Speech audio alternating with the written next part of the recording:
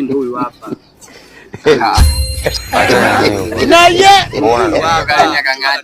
Sio kweli. Kuelewa wapi? Makuzi huyo. Makuzi. Nimeshakwambia. Oya, vipi hapo? Kama kawaida. Kama kawaida.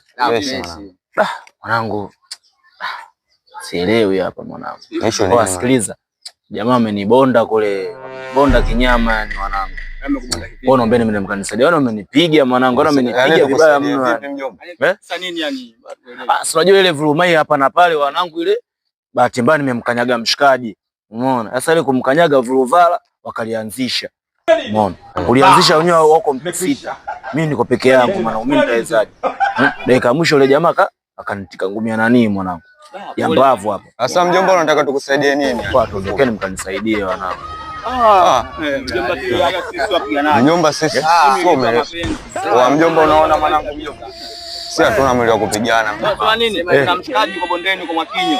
Ule apigana jamaa yule yuko uwanjani. Si ndio Mwakinyo pale chini wale. Jamaa mzuri sana ule.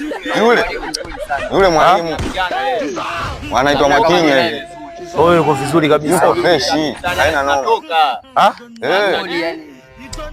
Sema hapo wenyewe baridi wanangu. Hapo wenyewe baridi yani.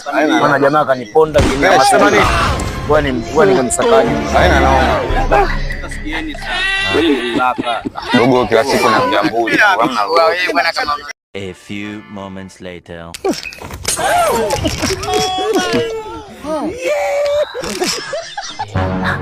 Jamaa mwenyewe hapa. Okay. What's going on here? Look at my face. Oya kaka. Sio kanipiga bwana. Kaka vipi? akwaje? Shwari vipi? Kawaida. Kama kawaida. Ndugu yangu. Bwana nimekuona. Bwana sikiliza. Ni bwana.